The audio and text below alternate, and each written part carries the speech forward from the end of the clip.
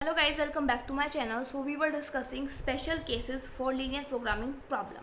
So our case number 1 is problem of unbounded feasible solution but bounded optimal solution. मतलब हमारे पास जो equation है उसमें अनबाउंडेड सॉल्यूशन होता है. अनबाउंडेड सॉल्यूशन कब होता है? जब हमारे पास रेशो ना निकाल पा रहे हो. लेकिन बाउंडेड ऑप्टिमल सॉल्यूशन है, इसका क्या मीनिंग है हम एक एग्जांपल से समझते हैं. तो हमें क्वेश्चन दे रखा है जैसे solve the LPP, maximize z आपको दे रखा है 6x1 माइनस 2x2. आपको कंस्ट्रेंट्स दे रखे हैं 2x1 minus x2 less than equal to 2, x1 less than equal to 4.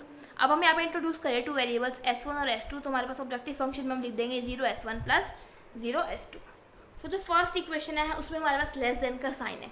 Less than का साइन है तो इक्वल बनाने के लिए हमें कुछ ऐड करना पड़ेगा. सो हमने यहाँ पे ऐड कर दिया s1 जो कि हमारे पास एक स्लैक वेरिएबल है. Similarly x1 is less than equal to 4, ये भी चीज़ लेस है तो इसको भी इक्वल बनाने के लिए हम यहाँ पे एक वेरिएबल इंट्रोड्यूस करेंगे जो कि हमारे पास होगा एक स्लैक वेरिएबल. जहाँ जगह x1 plus s2 equals to 4. अब हम टेबल फॉर्मेशन करेंगे. टेबल फॉर्मेशन में फर्स्ट इक्वेशन पहले प्लॉट करते हैं.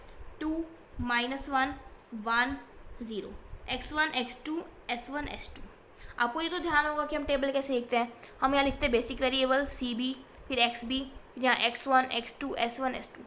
या फिर आप क्या कर सकते हो, cb लिख सकते हो, फिर x भी लिख सकते हो और बीच में यहाँ b लिख सकते हो. मतलब ये वाली जो चीज़ है आप इसको बीच में भी लिखना चाहो तो लिख सकते हो. अब हम बात करते हैं इसकी टेबल की फॉर्मेशन की. तो यहाँ पे आ जाएगा 2 माइनस 1 s1 का कॉफिशिएंट है 1, s2 का नहीं है तो 0. नेक्स्ट इक्वेशन की बात करें सिर्फ x1 का कॉफिशिएंट है 1, x2 का भी नहीं है, s1 का भी नहीं है, लेकिन s2 का हमारे पास है 1. xb की बात करें, xb हमारे पास क्या होता है, ये जो चीज़ में साइड में लिखी होती है ना इक्वल के, वो हमारे पास xb होते हैं. तो यहाँ आ जाएगा 2 और 4. अब बात करें कॉस्ट फंक्शन की. कॉस्ट फंक्शन s1 और s2 को भी अभी हमने लिखा था ऑब्जेक्टिव फंक्शन में 0s1 और 0s2. तो इनका c भी हमारे पास क्या दे रखा है 0 0. अब हम बात करें यहाँ पे बेसिक वेरिएबल की. बेसिक वेरिएबल जो आइडेंटिटी मैट्रिक्स बना रहे हैं, यहाँ पे आइडेंटिटी मैट्रिक्स कौन बना रहा है, s1 और s2. तो यहाँ पे लिखेंगे हम s1 और s2 क्योंकि 2 क्रॉस 2 के आइडेंटिटी मैट्रिक्स बना रहे हैं. फिर हम यहाँ पे फाइंड आउट करेंगे डेल्टा जे. डेल्टा जे से पहले हम फाइंड आउट करते हैं जेड जे.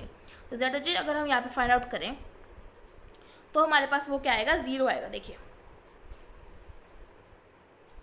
अगर मैं यहाँ पे जेड जे फाइंड आउट करूँ, जेड जो होता है summation of C B I x J. Z जो होता है हमारे पास summation of C B I x J. तो 0 से मल्टीप्लाई करोगे तो सभी आपको 0 0 0 मिलेंगे. तो वो हमारे पास क्या हो जाएगा 0 0 0 0. एक लाइन आप ऐड करना चाहते हो यहाँ पे कर सकते हो. अब हम लिखेंगे 6 माइनस 0 तो आ जाएगा 6, माइनस 2 माइनस 0 तो आ जाएगा माइनस 2, 0 माइनस 0 0 और 0 माइनस 0 दैट इज 0. तो ये लिखा ही नहीं है इसने. अब मोस्ट पॉजिटिव एलिमेंट बन जाएगा एंटरिंग. तो 6 यहाँ से एंटरिंग आ चुका है, मतलब x1 आ चुका है एंटरिंग. अब बात करें आउटगोइंग को ना, उसके लिए मिनिमम रेशियो फाइंड आउट करना पड़ेगा. मिनिमम रेशियो के लिए हमारे पास फॉर्मूला होता है एक्स बी बाय में जो हमारे पास ये कॉलम होता है.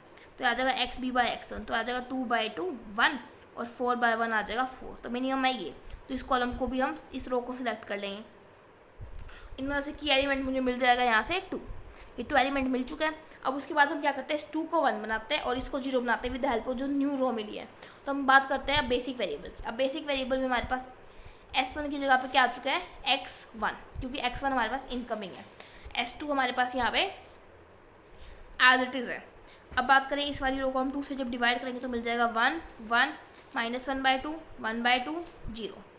अब हमें क्या करना पड़ेगा, इस एलिमेंट को क्या बनाना पड़ेगा, 0 बनाना पड़ेगा with the help of this new row. तो हम क्या कर सकते हैं, अगर हमें न्यू R2 ऑब्टेन करना है तो न्यू R2 के लिए हम यहाँ पे एक ऑपरेशन लगा सकते हैं जिसको हम देख सकते हैं.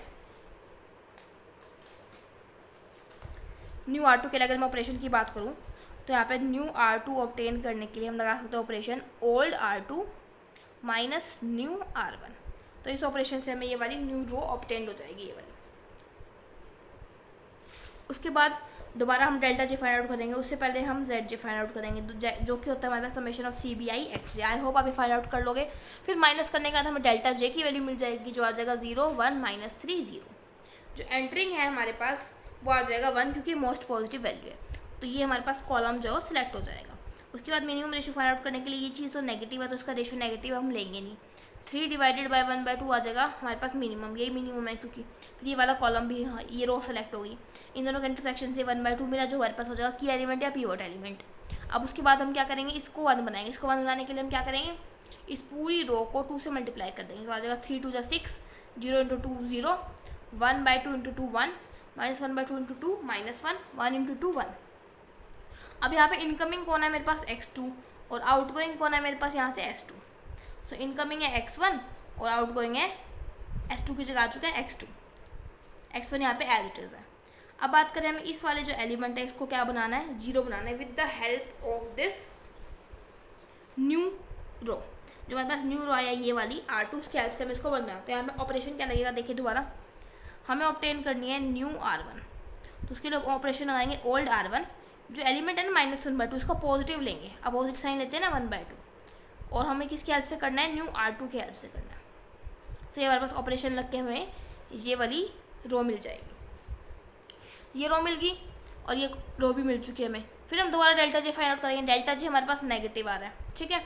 अब यहाँ से हमारे पास सारी वैल्यू लेस देन 0 है, डेल्टा जे सारा लेस देन 0 है, तो यहाँ से सॉल्यूशन जो है हमारे पास क्या गिवन हो जाएगा, जो x1 के सामने वैल्यू है हमारे पास, x1 के सामने 4 है तो x1 4 आ जाएगा, और x2 के सामने 6 है तो x2 क्या आ जाएगा, 6 आ जाएगा। मैक्सिमाइज दैट कैसे निकलेंगे हमारे पास, 6 4 जो 24 -12 जो मिल जाएगा 12। ना ये जो लिखा हुआ है इस नोट को पढ़ते हैं।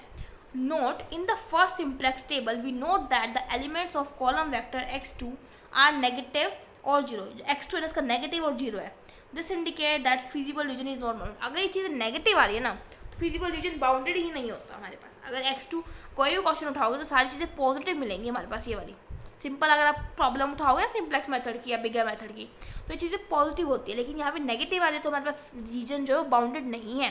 तो यहाँ से हम क्या लिख सकते हैं कि रीजन जो है वो अनबाउंडेड है, लेकिन उसके ऑप्टिमल सॉल्यूशन तो आ रहे हैं हमारे पास, बाउंडेड ऑप्टिमल सॉल्यूशन तो आ रहे हैं ना इसकी 4 और 6, लेकिन वो फिर भी हमारे पास बाउंडेड नहीं, तो उसका कोई फिजिबल सॉल्यूशन नहीं है। सो हम लास्ट में एक लाइन लिख देंगे, has the given LPP has unbounded feasible solution but not bounded optimal solution. So last में ये लाइन लिखनी है हमें। सो ये हमारे पास एक स्पेशल मेथड था ऑफ लीनियर प्रोग्रामिंग प्रॉब्लम।